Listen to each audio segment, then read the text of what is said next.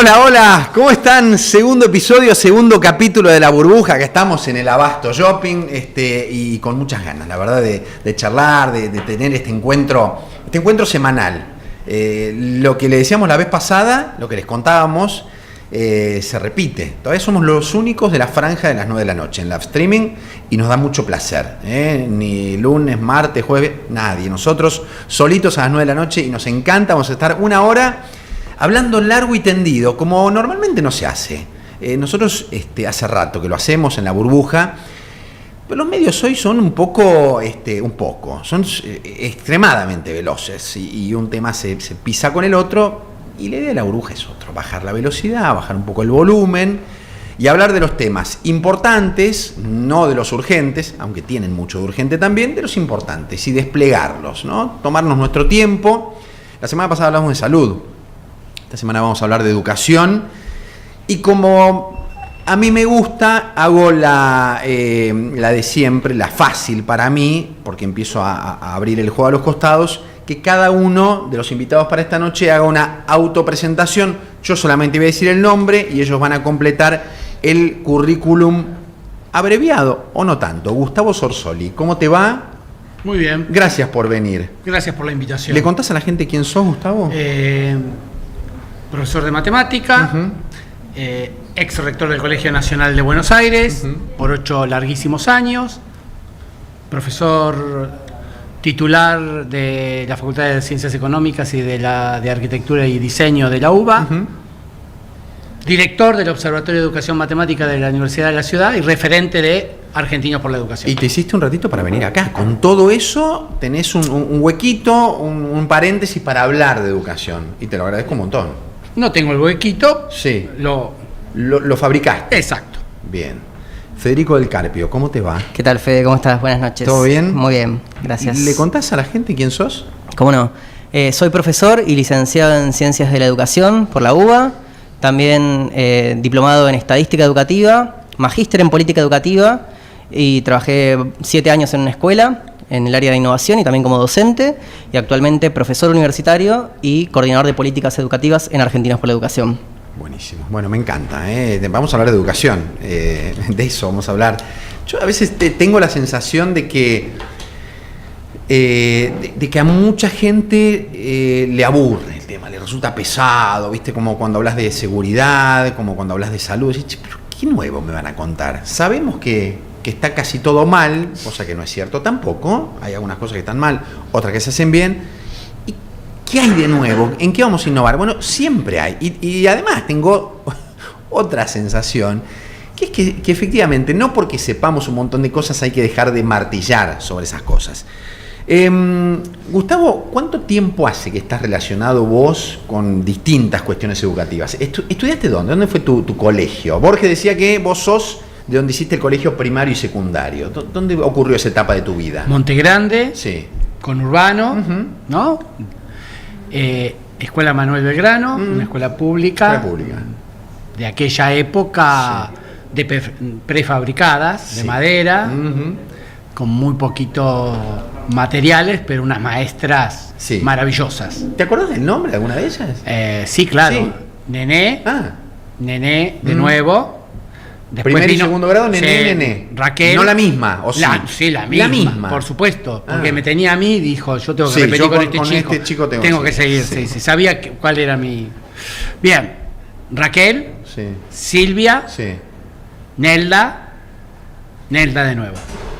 Maravillosas, todas. Nombraban todos quién había venido, el último eras vos, siempre el último, ¿no? Sí. La Z te condenaba un poquito a eso. Es el destino, sí. ¿Sabes que pregunté hace poco eso mismo? El nombre a una persona que es más joven que vos, es más joven que yo, que terminó el colegio hace 10 o 15 años. Dicen, yo no tengo la menor idea de cómo se llamaban mis maestras. Yo me acuerdo de todas. Sí, yo también. Me hablo hoy con Flora y con Irene, maestra de primero y de segundo grado. Me escribo, me ven por ahí en la tele y me dicen, che, tal cosa, fíjate que dijo de determinada manera, pronunció mal tal nombre, armó mal esta oración. Mi maestra de primero y segundo grado de Rafaela, del Colegio San José. Y después me acuerdo de todas las otras. ¿Por qué ya no pasa eso? ¿Qué pasó de un ratito de nuestra historia a esta parte? No pasó tanto tiempo desde que vos y yo hicimos la escuela. Bueno, sí. En mi caso... No, está bien. Pero, más de 50. Está bien, pero pongámoslo en perspectiva histórica. Bueno. Pasaron 500 años. A él le gustan más los números, sí. A mí también. Vamos a poner en perspectiva algunas cuestiones. Índice de pobreza. Una cifra. Sí. Hoy... 50, más menos. 40, más no 40 importa. Bueno, está bien, en aquel momento, 6, 7, 8%. Sí. Índice de desempleo. En aquel momento, una cifra bajita. Sí. Ahora, sí. Está bien que hay mucho trabajo en negro, pero de todas maneras, bueno, yo vivía en un barrio de clase media baja, digamos, donde los hombres salían a laburar, digamos, a una fábrica o a algún lugar, y todos los días había que ir a la escuela. Esto era, salvo que tuvieras paperas, esas cuestiones, ¿no? Pero tu madre, en mi barrio, las mujeres se encargaban de la educación de sus hijos en ese momento, no había reparto equitativo de roles, era otra sociedad, pero la escuela concentraba, ¿no? Ese interés por la educación que garantizaba en ese momento ascenso social. Entonces, todos los hijos de ese barrio, bueno, fueron a la escuela primaria, que era la escuela del barrio, luego fueron a la escuela secundaria, algunos iban a la escuela de comercio, otros a la escuela técnica, yo fui a un bachillerato al Colegio Nacional, y todos algo estudiamos. En ese momento la mayoría de las chicas fueron maestras, como era muy habitual.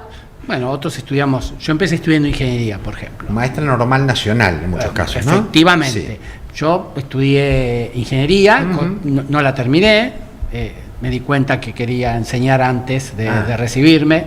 Me acordé un poco tarde, ya estaba en 5º año de ingeniería. ¿De ingeniería? Sí, pero me di cuenta que no era... Bueno, está bien. No. Cambiamos el rumbo. Y me parece bien. Cambiamos el rumbo, afortunadamente, ¿no? Y entonces era otra escuela.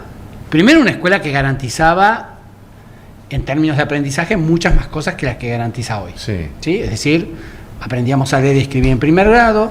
Eso hoy no ocurre en forma generalizada.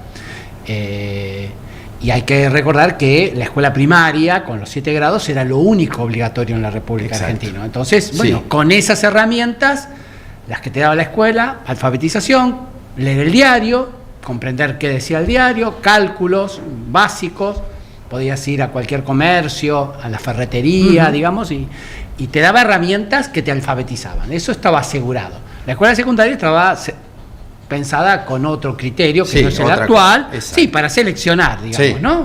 O sea, acá el mundo del trabajo, por acá los estudios superiores, no es la escuela secundaria de hoy, pero la escuela primaria nos garantizaba una alfabetización básica a todos. Y Argentina era un modelo, es decir, desde Ushuaia hasta Alaska, Argentina era el país, incluido, Estados Unidos y Canadá, ¿no? El país con mayor tasa de alfabetización en todas las Américas. Entonces, bueno, nos sacaban el sombrero, hoy nos pisotean el sombrero. Pero entre otras cosas nos pisotean el sombrero, y me diste buen pie para preguntarle esto a Federico y meternos en algunos de los informes que periódicamente nos sacuden, ¿no? Que hace Argentinos por la Educación, que son realmente muy valiosos, porque nos ponen ahí, viste, en primer plano, con números, con estadística contundente, qué pasa con la educación. A mí la sensación que me da es que entre esto que cuenta Gustavo y lo que pasa ahora, pasa con la economía, con la pobreza, con nuestro país en general, lamentablemente es esta la descripción, la curva, ¿no? Es hacia abajo, porque no había manera de pensar en aquel momento, cuando en primer grado aprendías a leer y escribir, de sostener lo que hoy pasa, que los chicos de 3er grado, un porcentaje altísimo, esto lo publicaron hace pocas semanas ustedes, no comprenden textos. No comprenden textos en 3er grado. No saben leer y escribir. Y después, como estadísticas esas, hay un montón. Si vos tuvieras que poner en perspectiva un montón de cosas y decir, mirá, la verdad que hoy el número o el dato que más ilustra el momento en el que educativamente está la Argentina es este. ¿Por dónde empezás a contar? Mira, ciertamente que 1 de cada 2 chicos en tercer grado no puede comprender un texto simple, ¿no? El 46%, y un poco lo traía recién Gustavo, éramos el faro, ¿no? Se decía el faro de Latinoamérica. Sí. En el año 97 estábamos segundos después de Cuba, y hoy estamos décimos después de El Salvador, en términos de lectura. Del 97 al décimo, un poco al años, 2019. ¿no? Menos de 30. Sí. Menos de 30 años. Entonces, muestra un poco esto, poner en perspectiva un montón de problemas.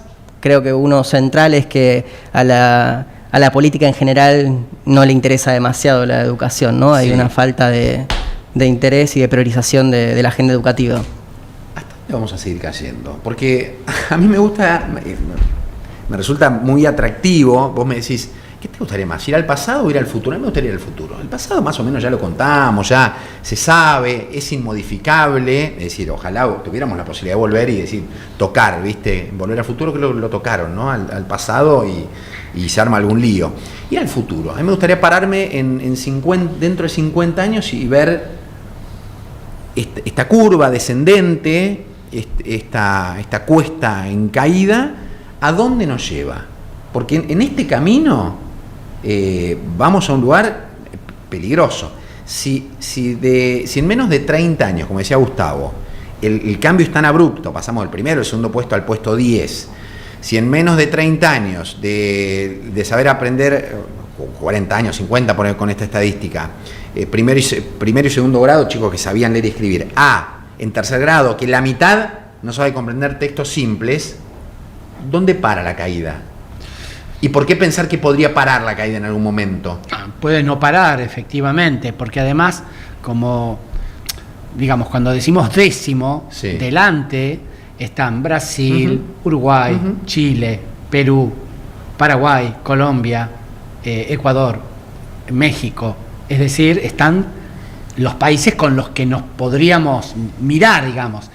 Y no es que nos estamos comparando con Japón, no, Finlandia, Alemania, no. El barrio. Sí, cruzamos un límite que muchas veces es bastante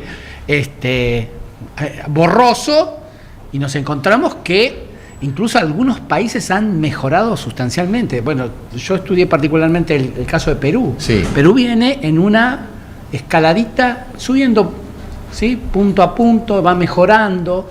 Hagamos de cuenta que esto es televisión. Sí. En 2 minutos contame, ¿por qué Perú sí, nosotros no? Te cuento por qué Perú sí.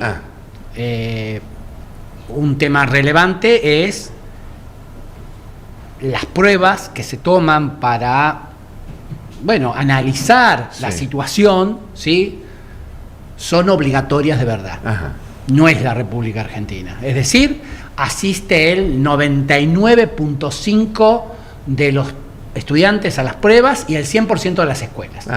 Argentina, ¿te acordás? En el último... 70 y pico % es más o menos la participación. Y te doy un caso para mí es vergonzoso. Neuquén, creo que es 34% de los chicos, 30% de las escuelas. Sí. ¿Por qué? Porque no sé si es ministra o ministro. Sí, pero una decisión política de ministre, dejó al libre albedrío a las directoras de las escuelas si participa o no.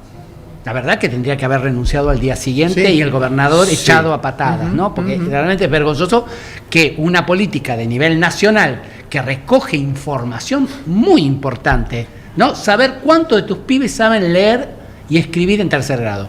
Bueno, ellos aplican una política de evaluaciones sistemática, obligatoria, y el otro, para mí, eslabón muy importante es la meritocracia en la docencia. Ajá. Es decir, el sueldo no aumenta por antigüedad docente, sino porque vos vas dando evaluaciones que te van pasando de un nivel al otro. No para salir del aula, viste que acá la forma de tener mejor sueldo, ¿qué es?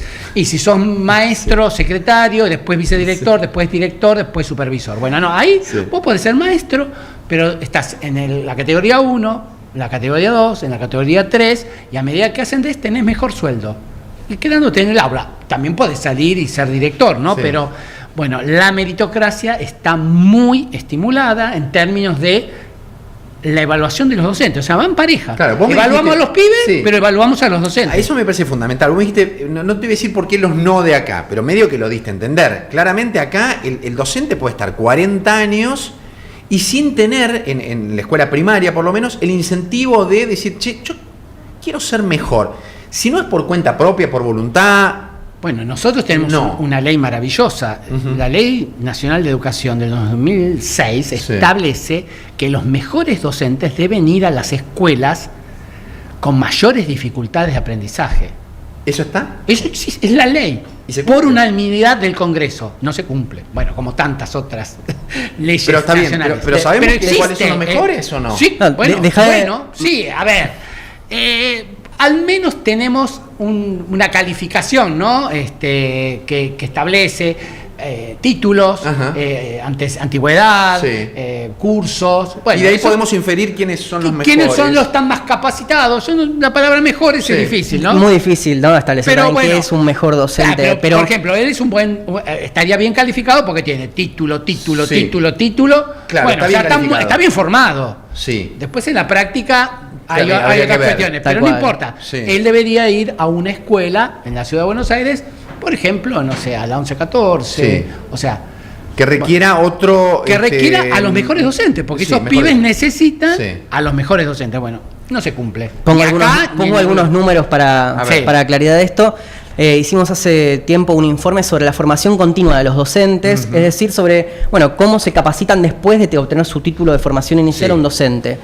El 97% de los docentes continúa haciendo algún tipo de formación, que puede ser un curso muy corto, formación básica, que es válida a veces, pero un gran porcentaje decide realizar ese tipo de formación. Los que deciden realizar después diplomaturas, maestrías, son apenas el 34% de los docentes. Ahí es uno de cada tres. Uno de cada tres se supera, digamos, considerablemente, ¿no? Sí, uno de cada tres. En esto también tenés que tener en cuenta que hay que laburar, o sea, ese docente tiene que trabajar claro. Y en paralelo, si quiere hacer, no sé, un máster o Sí, tiene que invertir su tiempo y sacárselo otra cosa. Y a veces plata, ¿no? Y a veces no, hay mucha oferta pública, ¿no? Pero convengamos también que no hay suficientes incentivos, ¿no? Tampoco para que lo hagan. Esto que decía Gustavo recién, también la Ley de Educación Nacional establece que tiene que haber una carrera docente directiva y depende de las provincias y casi ninguna provincia tiene una carrera para que el docente pueda ascender sin salir del aula, ¿no es cierto? Eso también es una deuda, me parece, pendiente en este sentido. ¿Sabés que me estoy acordando mientras escucho a vos decir esto? Cuando Gustavo hablaba al principio de la escuela como un elemento igualador, quiero saber si hicieron una estadística también, Argentinos por la Educación, tengo idea que sí, respecto de cómo es el rendimiento en los sectores socioeconómicos más acomodados o menos acomodados. Si eso influye o no tiene nada que ver. Porque viste que nosotros después en los noticieros decimos, che, mira, ¿sabes que este pibe está en la NASA? ¿Y sabes de dónde vino? Claro, nosotros vivos, destacamos la excepción. ¿Y el resto? ¿Los compañeritos?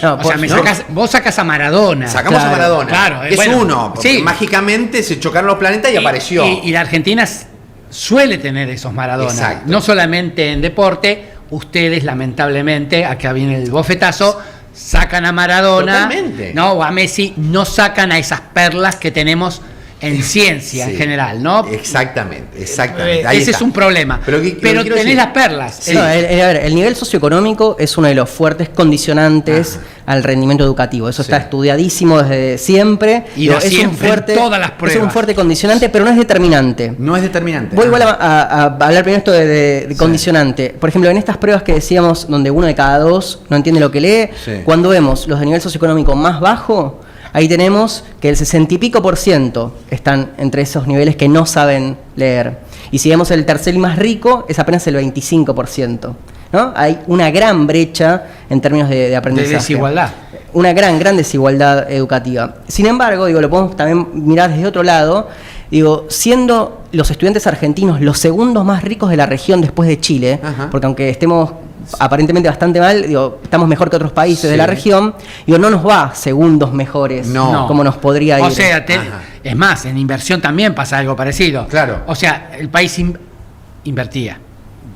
Voy a una dejarlo vez llegó uno o dos, ¿no? Al 6%. Sí. Invertía mucho, sin embargo, los resultados que obtenemos de esa gran inversión no son los esperados. Ahí déjame poner un asterisco. A mí, ojalá que podamos ocuparnos y averiguar sobre esto. A mí no es lo mismo. A mí vos decís, me das 100 y no me garantiza nada que vos me des 100. Yo con 100 pesos me puedo comprar 100 pesos de caramelos o me puedo comprar alimentos nutritivos que hagan que mi salud esté mejor. Es decir, el 6% del PBI que se invierta, que se dé mucha plata, esa plata puede ir a un agujero negro.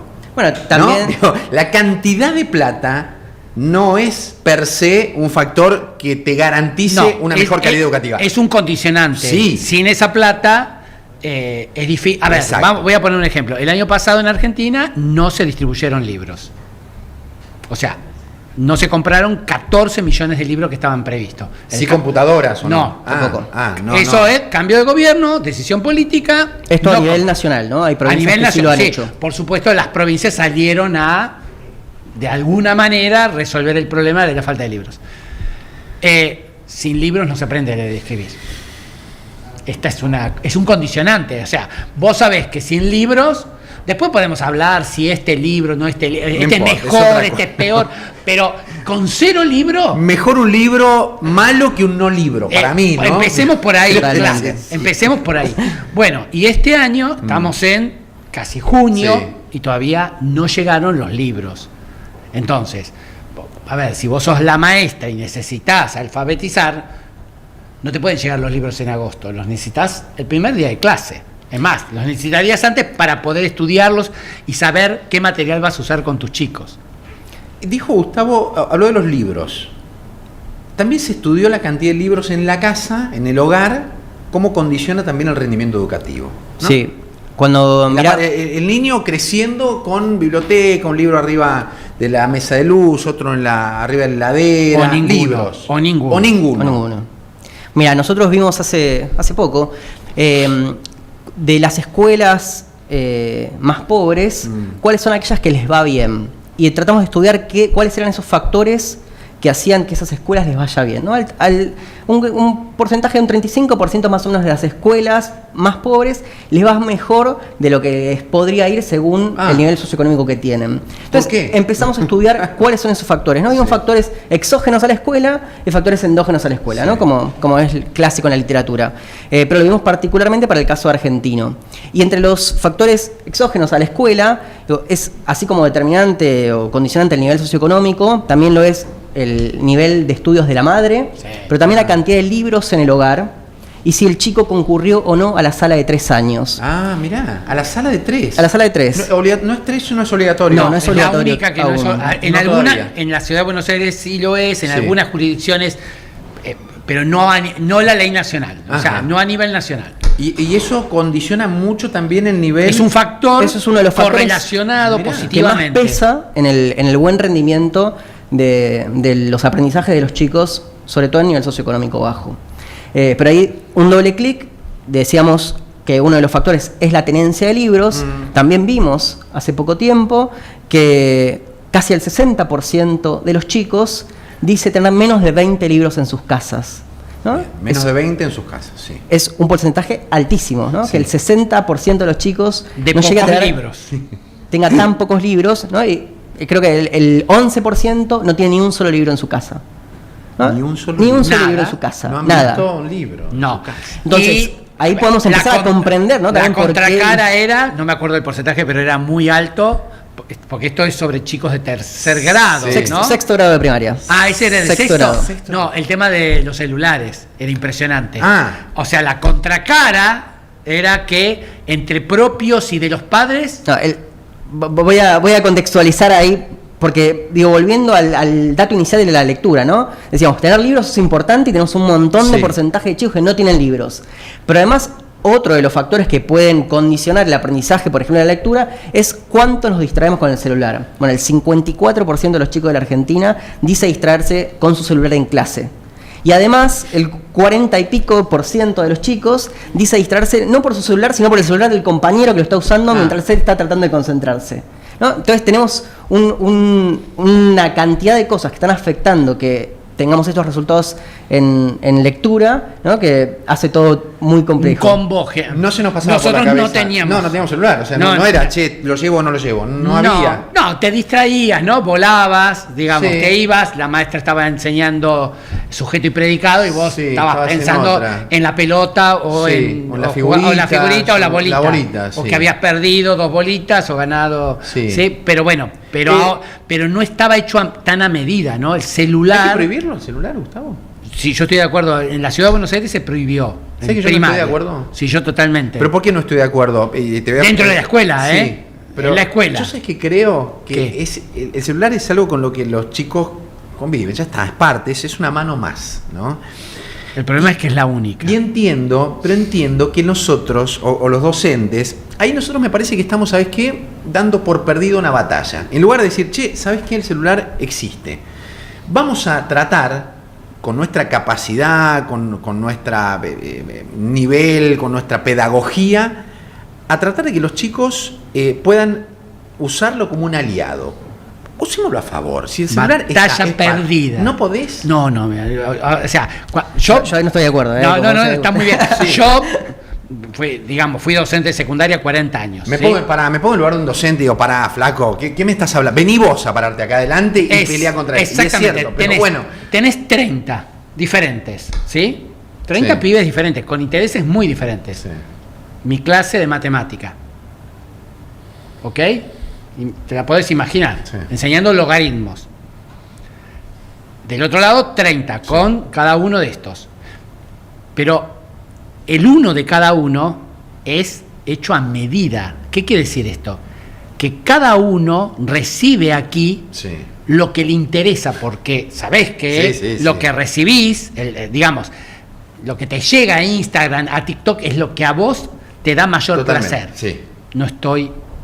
Es imposible competir con ellos. Entonces, en secundaria uno puede pensarlo didácticamente. En primaria yo no estoy de acuerdo con que esté adentro, ¿sí? Por muchas razones. En el uso cotidiano, una cosa es que digas voy a utilizar las notebooks o las computadoras para trabajar un tema en particular, está todo bien. Para mí, redes sociales fuera de la escuela. Atajá la voz. Sí, no, a ver, yo trabajé muchos años en escuela de élite de la Ciudad de Buenos Aires y usábamos mucho tecnología. Pero yo no estoy a favor de la prohibición, sí creo que hay que regularlo, pero creo que uno de los grandes problemas de hoy de la Argentina también es la pérdida de la autoridad docente. Me parece que lo que hay que recuperar es eso, para que también el docente pueda decir cuándo sí, cuándo no, y que cuando sea no, sea verdaderamente no.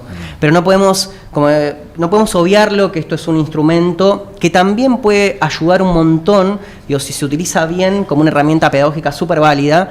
Y volviendo a los libros, por ejemplo, cuando no llegan los libros, o aquellos chicos que no pueden tener un libro, no pueden comprar libro, esto tal vez es el instrumento que te permite acceder a ese material de lectura. Entonces, por eso digo, yo soy pro tenerlo, pero sí creo que hay que fortalecer acá la autoridad docente, el rol docente, y sobre todo frente a los padres, que también son a veces sujetos que no ayudan, ¿no? A la escuela. Bueno, de hecho, en varios... la pelota, ¿no? Sí, bueno, a ver, se entiende, hoy los padres están muy ligados a sus hijos a través de los celulares, muchas veces solo a través de los ¿Ligados celulares. o desligados? Sí, ligados solo por el celular, pero bueno. Sí. A ver, nosotros hoy tenemos algunas dificultades vinculadas al excesivo uso de los celulares, las pantallas en los chicos, ¿sí? Los maestros hoy te atestiguan que los niños en primer grado no saben tomar el lápiz, no saben cómo se toma el lápiz. Por supuesto, ya hace varios años que no saben utilizar una tijera para recortar. Pero el otro día una maestra me decía... Motricidad fina. Motricidad fina. Sí. Mis chicos no saben destapar la plasticola, no saben hacer esto, girar los dedos, ¿sí? Que es parte de la motricidad fina. Antes era el piquito para arriba, ¿te acuerdas? Bueno, no, pero destapar algo. No, ahora depende de la marca. No, pues depende de la marca. Ahora otra se usa más el destapar, sí. De hecho, varios países del mundo han empezado a prohibir la utilización de celulares hasta los 14 años, algo que aquí sería... No sé, inimaginable. Pero esencialmente, ¿por qué? Porque detrás de los celulares, no estamos hablando de las notebooks, las netbooks, no del uso de tecnología, sino especialmente del uso de celulares. Por dos cuestiones. Uno, en primaria, el bullying, que ha crecido muchísimo. Sí. En secundaria, el tema del juego online, sí, que es un problema que hoy existe, está instalado en las escuelas en Argentina, en la escuela secundaria, con consecuencias muy graves que tenemos que atender. No sé, que miraba y me río ahora porque estoy pensando en todos los niveles, ¿no? Primario, secundario. Gustavo, vos posteaste en una de tus redes sociales hace poco, uno de los últimos posteos, es uno de los alumnos tuyos se olvidó una calculadora. Sí. ¿Encontró una calculadora? ¿Y qué tenía la calculadora? Un pequeño machete. ¿Machete? Claro, porque, a ver, en esto... ¿Alumno de qué edad? Y 20 y pico de años, claro, bueno. Claro, la calculadora, viste que tiene una tapa. Sí. Y quedó sobre en una toma de examen donde hay 200, 300 pibes, claro, quedó sobre el escritorio. Entonces, sí, abrimos la tapa, sí, pensando... ¿Quién será? Claro, pensando que por ahí tenía el nombre. Y nos encontramos con el apunte. El apunte. Bueno, no creo que la llegue a buscar, ¿no? No. Bueno, era malísimo además el apunte, pero bueno. Bueno, pero viste que el apunte, el machete, el que no se hizo, que tiene la primera piedra, lo entiende cada uno. Absolutamente. ¿Viste? No lo van a entender. Es un código. Un código. Es un código para recordar. Pero chicos, nos decía el maestro, el tiempo que pierden en hacer ese machete. No, pero el machete. Estudienlo. Pero es que muchas veces termina aprendiéndose el machete. Claro. Porque uno, lo repasa tanto porque está codificado. Sí, no es que escribís todo. Es cierto. Escribís 2 o 3 cositas que te evocan. Por ejemplo, en el caso de matemática, una fórmula, ¿no? O una propiedad. No escribís todo el teorema, toda la propiedad, porque no te entra en el machete. Te escribís algo que te evoca y decís, bueno, empieza así, el cuadrado de la hipotenusa. Bueno, ¿vos fuiste rector de Nacional cuánto tiempo? 8 años. 8 años. Mira, ahora que se nos cortó el streaming y no nos mira nadie, ¿el machete? ¿Cómo hacías vos tus machetes? No, yo era un traga absoluto en mi escuela y lo que hacía era... Yo no copiarme jamás, pero le dictaba a mis compañeros. ¿Les dictaba? Sí. Encima generoso. Sí, les dictaba a mis compañeros. Traga, sí, era traga, pero les dictaba. Y porque como era traga, tenía que tratar de... No, porque si sos traga y no les dictás, sos el peor. Sos el peor. Sí. Entonces, dictándole... O si no, lo que hacía... Te corrías un poquito. Bueno, eso principio. Sí. Después encontré que era más fácil hacerle la prueba al otro. Directamente. Claro, entonces lo que hacía... Bueno, claro, como me gustaba matemática, física, siempre me gustó, y era rápido, terminaba mi prueba y empezaba a hacer la de los otros temas. No había fotocopia. No, claro. La profe, ¿qué hacía? En el pizarrón copiaba los 2 o los 3, 4 temas. Sí. Yo los iba haciendo y mientras el profesor... tiraba un papelito y después el pueblo el problema era del otro. El pueblo se iba arreglando cómo iba pasando el papelito, tal cual. Sí. ¿Tu método? También tengo que decir, era tremendo traga. Abanderado de la escuela. ¿Abanderado fuiste? Sí, yo también. Sí, claro. No estás pescando en... Yo quería traer uno de esos que son tremendos, ¿viste? Un reo total. No hay un reo. Entre ustedes por lo menos el reo no está. No.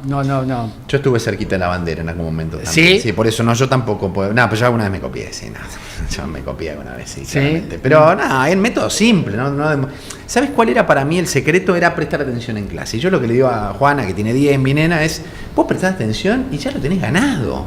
Ya está, es eso. Después repasás un poquito y está. Pero supone que el profesor más o menos te da una clase y te enseña el contenido y ahí está. El tema es que me parece que hay eso que vos decías, es una especie de, o es un porcentaje grande, la falta de autoridad hoy del docente. No sé si porque el docente no la tenga o porque desde el alumno no lo ven como una persona respetable, ¿no? Hay una combinación de cosas. Sí, es probable que... Antes el maestro era el maestro, la maestra. Después, de todos modos, yo en el secundario fundamentalmente me acuerdo de algunos docentes que durante sus clases no volaba una mosca y vos decías, che, pero ¿por qué? ¿Los retaban, los tenían? No, daba una clase... Una presencia. Interesantísima la clase. Vos decís, te atrapaba la clase. Es eso lo necesario. Pero a veces tenía simplemente una presencia, ¿no? Sí, tenía como... Sí, presencia. Y te dejaban hacer otros donde los mismos pibes hacían lío. Exacto. O sea, y vos decías, ¿por qué con ella hacemos esto y con... No había cierto... Sí. A ver, creo que... Los docentes se forman, ¿sí? Pero hay una pasta inicial sobre la que uno trabaja. Y uno se da cuenta, yo formé docentes muchos años, y decías, bueno, pasaron por las mismas materias, por los mismos profesores, estudiaron más o menos, y algunos tienen como una pasta, se paran ahí y cautivan, ¿no? Son buenos actores, buenas actrices, porque hay mucho de eso, ¿no? Hay que cautivar a... muchas veces digo, hay que cautivar a 30 pibes interesados en otras cosas. No les interesan ni los logaritmos, ni Borges, ni no sé, ¿no? Y que esto no significa hacer un show de la clase, ¿no? También, matizamos porque hay mucho que aparece, ¿no? En redes, sobre todo, ¿no? Que los tiene que divertir, ¿no? Que tiene que ser divertido. Bueno, esto es algo... tienen que aprender los logaritmos y los tienen que aprender. Las tablas también. Bueno, este es uno de los problemas que tenemos. Matemática. Sí. El otro día escuchaba creo que es un colega de ustedes, no recuerdo, que decía, mira, lo primero cuando vos como padre, no se refería mucho a los docentes sino también a los padres, es, no sabe, matemática a mí no me gusta, no me gustó y no me va a gustar. No es un buen mensaje ese. No. Guardátelo, ¿no? Sí, guardátelo. Porque ahí lo condiciona, ya es como una profesión cumplida para todos. Y sobre todo diciendo, bueno, si a mi papá no, a mi mamá tampoco. A mí tampoco. La genética me va a caer encima y a mí tampoco me va a... No tiene nada que ver. Y mucho más peso si además es mujer, ¿no? También porque... hay mucho menos que continúan carreras científicas mujeres justamente por esto, ¿no? Por pensar que la matemática es para hombres. Cuando te hacen la pregunta, ¿para qué me va a servir la matemática? En general, para la vida, estoy aprendiendo que el triángulo isósceles. Bien, primera cuestiona la pregunta, es una mala pregunta. Servir, ya la embarraste mal. Porque con ese criterio, ¿para qué te sirven, no sé, los cuentos de Borges? Claro. ¿Para qué te sirven? Bueno, o sea... En principio, a simple vista, para nada. Para nada, para disfrutarlo. Sí.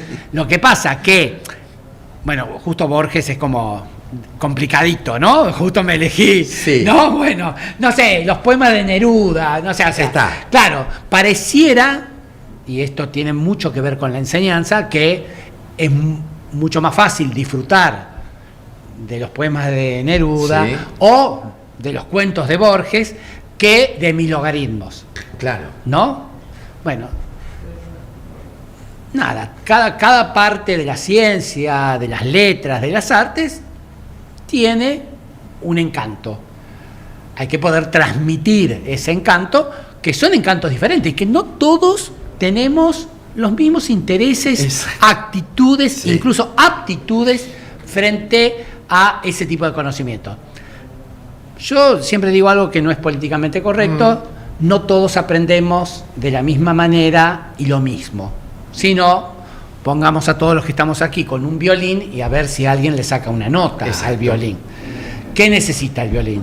Muchas horas de trabajo, pero muchísimas horas de trabajo, ¿no?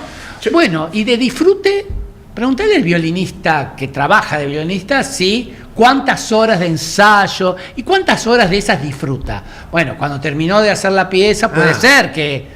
Pero el trabajo intelectual... Mira, a propósito de eso, como una cosa que quizás no tiene nada que ver con esto, pero tiene que ver con el disfrute y con el hobby. Hoy estaba hablando con alguien, con un astrónomo, ¿no? Alguien que en realidad se trabaja de astrónomo, yo no sé si hizo la carrera, pero que trabajaba de otra cosa durante un momento y tenía por hobby mirar las estrellas, la puesta del sol, la luna. y lentamente fue como migrando. Entonces digo, qué genial, ¿no? Poder, y dejó lo anterior. Qué genial poder hacer esto. Sí, me dice, está buenísimo. Pero ya cuando se transforma en un trabajo, es cierto, a mí me encanta porque disfruto mucho de eso. Pero ya es un trabajo. Claro. Y necesito dedicarle muchas horas a esto también. Es decir, divino poder vivir la vida de hobbies y disfrutando. Pero vos tenés que aprenderlo para algo en algún momento también, ¿no? Y sobre todo para vivir, para trabajar de eso. Absolutamente. Por eso siempre digo, si no te gusta enseñar, es la peor profesión que te puede pasar. La peor, ¿eh? Sí. Yo les digo, si no te gusta, no sentís placer dentro del aula con los pibes, no hagas eso porque es muy, pero muy feo ese trabajo. Si no lo disfrutás, es tremendo. Pero la docencia también se ha tomado como salida laboral sencilla, medianamente, es un ingreso, se gana más o menos. Más o menos poco. No, se gana poco, es cierto eso, pero lo que quiero decir es... Hoy no es lo que era hace 50. Pero había más vocación antes de los docentes que ahora. Bueno, es difícil medir la vocación, sí, ¿no? Sí. No podemos tener datos, podríamos tener una encuesta de percepción, pero es muy difícil medir la vocación. Lo que sí es cierto, digo, que tenemos un montón de institutos de formación docente en las provincias, que es una salida laboral que se busca, sí. Digo, pero también es cierto que nos faltan datos educativos sobre los docentes en la Argentina. Digo, está planificado para este año un censo docente, donde nos dice, o sea, ni siquiera sabemos cuántos docentes hay en Argentina hoy, ¿no? Sí. Y el último se hizo en el 2014, estamos como... ciegos en ese sentido. Las provincias lo saben, por supuesto, porque pagan los sueldos, ¿no? De los docentes. Y cero evaluación. No hay evaluación. No sabemos, no tenemos número, no tenemos estadística. No se reparten libros en las escuelas. Estamos mal. Bueno, por eso tenemos estos resultados de lectura. Podemos sumarle un montón de otros condimentos también. Si seguimos con los docentes, también podemos hablar, las condiciones, de como decía, más allá de los salarios, hay muchos docentes que creo que el 30% de los docentes trabaja en 2 escuelas por lo menos, y el 14% de los docentes tiene un trabajo remunerado por fuera de la escuela para poder subsistir, ¿no? Es impresionante eso también. Entonces, volviendo a lo que planteaba Gustavo antes, ¿no? Qué difícil encontrar ese docente tal vez dedicado, profundamente convencido, que muestre esa imagen, porque tal vez se la tiene que estar rebuscando con otro trabajo, en otro momento. No se puede llevar subsistir. los cuadernos de sus pibes para ver cómo hizo la redacción La Vaca, ¿sí? Y corregirla, porque no, de ahí se va a otro lugar. Yo lo que me acuerdo es mamá, maestra de escuela primaria, un turno y después doble turno durante muchísimo tiempo, llegando a casa con tonelada de cosas para corregir la pila. Porque se llevaba la pila para corregir, pero además, no sé si te acordás de eso, ella tenía un cuaderno donde tenía que planificar lo de la semana siguiente. Capaz que está escuchando, y Gloria, la directora tenía que autorizarle esa planificación. O sea, llevaba un... Bueno. ¿Cuánto hace? Otra cosa que a mí también me desvela un poco es el tema de si estamos nosotros... a tono con los tiempos que corren en cuanto a programas educativos. No sé, a mí me parece que debería ser, no digo que saquemos cuestiones relacionadas con, no sé, con los ángulos, si el rectángulo, acutángulo, no sé qué, o sujeto, verbo y predicado, me parecen bien, pero no sé, y quizás no sea tanto para primaria, pero un poco de cómo nos alimentamos, o ya con las redes sociales es cómo buscamos nosotros en las redes sociales, cómo analizamos la información que recibimos, que es un montón. Cada vez más. Adaptados a este tiempo y a este mundo que no es el mismo que 30 o 40 años atrás. No, bueno, la pregunta de qué es valioso enseñar, es una pregunta de siempre, de la historia de la educación. ¿Eso o no? Se va actualizando. ¿Cada cuánto es necesaria una revisión curricular? Bueno, acá no lo tenemos establecido, es un poco a criterio. Y es verdad que también los tiempos aceleran cada vez más rápido. Bueno, ese es el punto. Pero también es válida la pregunta, ¿no le estamos pidiendo demasiado a la escuela hoy? ¿No le estamos pidiendo mucho? Si no logramos, por ejemplo, que los chicos aprendan a leer, ¿tenemos que enseñarles algunas cosas que tal vez deberían aprender en otro lado, por fuera de la escuela? Pero lo dejo abierto. No, yo lo que pienso es que por ahí barajar distinto. Hoy pesa tanto enseñar, no sé, no sé, ponerle, dedicarle medio año a como las campañas de San Martín en lugar de, ¿por qué no mejor nos metemos en otra cosa que tiene más que ver con este tiempo? No vemos a San Martín, pero en lugar de medio año, capaz que un poco menos, no sé, estoy pensando, así. A ver, la escuela primaria, la sustancia de la escuela primaria, yo te diría que quizás en ciencias naturales es donde más hay modificaciones, pero pensado para chiquitos entre 6 y 12 años. Sí, ¿está bien lo que hay? Hay mucho. Los maestros no Ahora pueden. Hay una gran polémica respecto a cómo se enseña a leer, si es por fonética. Bueno, esa es una batalla campal. Una cosa es el qué, otra cosa es el cómo. Tremendo. Sí, de todas maneras, digo, ¿vos qué querés? Termine sexto grado, lea, escriba, comprenda lo que lee, ¿no? Que calcule, que pueda usar números naturales, fracciones, decimales, que resuelva problemas de proporcionalidad, que sepa dónde queda la Argentina, las provincias, las capitales, el sistema los sistemas de gobierno, que los 3 poderes, digamos, nuestra historia reciente, pero también la que conformó nuestro país. O sea, bueno, la verdad es que varía un poco, va por allá, pero la escuela primaria a ver, en matemática tiene que aprender los contenidos básicos, y yo a veces exagero, pero digo, son los mismos que los de principios del siglo pasado. Digo, ¿no? Vos mirás los cuadernos, bueno, ojalá hiciéramos lo que, ¿no? Yo tengo varios cuadernos de principios del siglo pasado, y la matemática que hay ahí era mucho más frondosa y profunda. Sí, yo te diría que casi equivalente a un segundo o tercer año de la escuela secundaria de hoy. En profundidad, digo, en temas, en cantidad, pero no importa, pero lo básico de la escuela primaria, en la escuela secundaria, ahí como hay una mayor, me parece, apertura posible. Lo que pasa es que los diseños pretenden algo inalcanzable. Entonces, picoteamos por 1000 lugares y lo esencial. Bueno, vos tenés la cifra actualizada. Cada 100 pibes que entra a primer grado, 13 llegan al último año de la secundaria en tiempo y forma. 13. ¿no? Con conocimientos básicos de matemática. 13 de cada 100. Entonces vos decís, tienen que saber los logaritmos, porque evidentemente hay 87 que no lo saben. A ver, ¿son tan necesarios para afrontar el mundo del trabajo o los estudios superiores? Porque esos 87 rebotan, ¿no? Y también, veamos otros países, casi ningún país tiene 15 materias como tienen los chicos de secundaria, ¿no? Y otra cosa, muy pocos países en el planeta tienen escuela obligatoria hasta los 18. En Europa, la mayoría de los países tienen escuela obligatoria hasta los 15. ¿Prefieren ustedes que mantengamos a los chicos en la escuela sin que repitan? ¿O preferimos que en todo caso repitan porque no alcanzaron los contenidos? Y ahí tenés el riesgo. Si repite, lo más probable no. En muchos casos se abandonan la escuela. No, lo que sí sabemos, bueno, ustedes también creo que lo han estudiado, es que cuanto más repiten, menos aprenden. Eso está recontraestudiado. O sea, repetir no te garantiza aprender. No es positivo.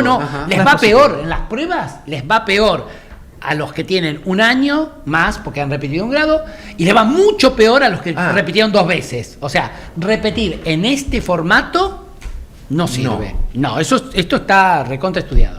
Mira, eso yo no sabía. Sí, está recontra estudiado. En el mundo casi no existe la repitencia. Es muy raro. Es una cosa muy de acá. No es la solución. No. Por eso, entonces ahí sabemos que hay muchos que van a terminar el secundario, en todo caso, con menos caudal de conocimiento que otros. El problema que hoy la Argentina, hoy no, ya hace mucho tiempo la Argentina ha decidido, ¿no? Porque creo que es una decisión política, es que los chicos se queden dentro de la escuela. Entonces, ¿cuántos terminan la escuela, el sexto grado sin interpretar textos? Casi la mitad eran, ¿no? 40 y pico por ciento. 40 y pico por ciento. Bueno, o sea que supongamos la mitad. La mitad de los pibes termina sexto, va a entrar al secundario sin interpretar texto. A ver, interpretar texto tienen que leer historia, geografía, biología, ¿no? Todas las materias. Pero no saben. ¿Cómo llegan ahí? Bueno, pasan, los dejamos pasar. Y los dejamos pasar con una lógica que es la del grupo. Porque, ¿qué hacemos? Yo entré a primero primera, y paso a segundo primera, y paso a tercero primera, y cada vez estoy más lejos de mis compañeros. O sea, claro. Porque más vale, a ver, si yo debo matemática de primero, debo matemática de segundo, y ahora tengo matemática de tercero, el que aprobó las 2 matemáticas está en otras condiciones. El maestro, el profesor, tiene un bolonqui patrio, porque claro, tiene un pibe que no sabe los naturales y le tiene que dar números reales al otro. Entonces, bueno, pero aquí hay una demagogia pedagógica, yo la llamo así, que es, los dejamos pasar, pero no les hacemos repetir lo que no saben. Claramente no todos tienen que terminar con la misma matemática de ficción, porque tampoco terminan, porque los terminamos aprobando para que se vayan del sistema. No todos tienen por qué terminar con los mismos contenidos en todas las materias. Ahora, tienen que ir aprobando determinados contenidos. Eso sí debería ser importante, porque las pruebas después marcan. Sí, no tiene que ser una cosa o la otra, se pueden las dos. Argentina, digamos, es muy exitoso en términos de inclusión. Somos de Latinoamérica, es el país que más chicos tiene adentro de la escuela. En términos de tasa de asistencia, somos por lejos el mejor. Ahora, pero después cuando vemos esta otra cara de la moneda, porque son 2 caras de la misma moneda. Los aprendizajes, bueno, estamos detrás de Chile, detrás de Uruguay, después detrás de Brasil, de México, pero se pueden las 2 cosas. No llegamos, con los niveles que tenemos, no estamos en nuestro techo, estamos en nuestro piso. Algunos comentarios de la gente en YouTube: hay que modificar los planes de estudio vigentes. Bueno, de eso estuvimos hablando un poco, si sí o si no, más para primaria, para secundaria. Los diseños curriculares, dicen también, tienen que ser armados por gente capacitada que esté dictando clases, ¿no? Eso, gente capacitada. Si está bien, está bien. En general, muchas veces ocurre que hay especialistas que no han pasado por la escuela, entonces ahí se generan. Seguramente el autor del comentario es un buen docente que tiene mucha experiencia en el aula, y bueno, me parece nuestros diseños son muy pretenciosos. O sea, vos los lees y decís, bueno, de acá salen Maradonas en todas las disciplinas. Pero por otro lado, la política quiere buenas tasas de promoción. ¿Qué quiere decir eso? Que pasen, que no haya repitencia, que los chicos se queden dentro de la escuela. El problema es que la intensidad del aprendizaje hoy en la escuela secundaria es muy bajito. Ese 13 que te dice él, ¿qué quiere decir? Que, bueno, está bien, hay 100 que llegaron a la meta. 13 tienen una mochila. Hay que tener ciertamente, mecanismos de revisión, de actualización periódica, para estar atentos, pero en términos, coincido con Gustavo, que son ambiciosos nuestros currículum, pero son correctos, no generan disparates en lo que se plantea. Haceme un resumen, ya estamos terminando, Federico.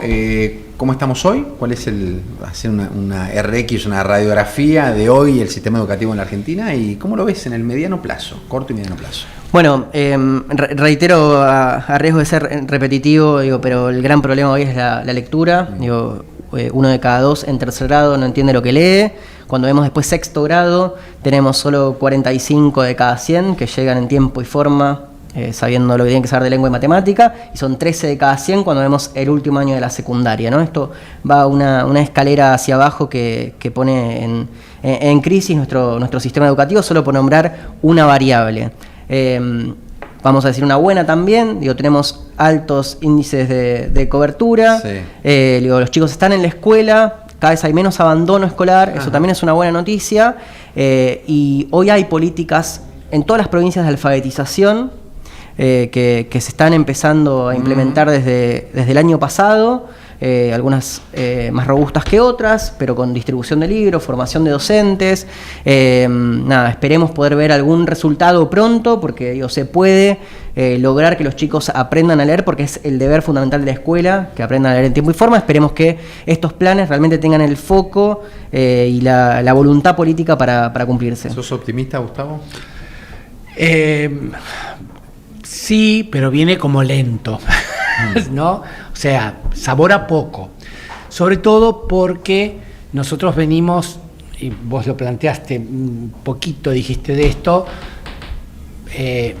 enseñando a leer y escribir con un marco teórico, X, ¿sí? Utilizando cierta metodología, que evidentemente no nos ha traído buenos resultados. No. A esto, esto hablando estrictamente de lectoescritura, a esto se contrapone otro marco teórico, ¿sí? El que llamamos fonológico, ¿sí? Que está cobrando cierto vigor en algunas jurisdicciones, Mendoza, San Luis, Corrientes, Chubut, Entre Ríos, no sé, alguna más, que está la ciudad de Buenos Aires, que está cambiando con diferente intensidad la forma de enseñar a leer y escribir. Otras jurisdicciones están haciendo más de lo mismo. Yo ahí no le veo, digo, venís hace 25 años enseñando de una manera y no te está dando buenos resultados. Bueno, me parece difícil revertir la situación haciendo exactamente lo mismo que venías haciendo, profundizando eso. A fin de año va a haber otra prueba de aprender. Esperemos. Sí, debe ocurrir porque, bueno, hay un compromiso de la Secretaría de Educación, ¿no? Evaluar. Evaluar, ¿para qué? Para poder, porque esta prueba que nosotros tomamos de tercer grado es la línea de base, ¿no? Se hizo bajo ciertos estándares que deberían ser la línea de base a partir de la cual uno pudiera evaluar si hay mejoras o no. Aprendernos así en tercer grado se empezó el año pasado. Eso es una buena noticia. Se hacía siempre en sexto grado, pero imagínate, es muy tarde darse cuenta como sistema educativo que el chico no sabe leer en sexto grado, ¿no? Ya pasó los 2 o 3 de nivel inicial más los 6 de primaria. Tanto podríamos quedarnos hablando de este tema para mí y lo planteé justamente acá y por eso los invité a Federico del Carpio, a Gustavo Sorsoli, porque es la educación, para mí es el nudo gordiano de todo, ¿no? Y me parece que hay que plantearlo de verdad y no como un eslogan o como un título nada más o como solamente un presupuesto, un porcentaje del PBI alcanzado. Me parece que hay mucho más.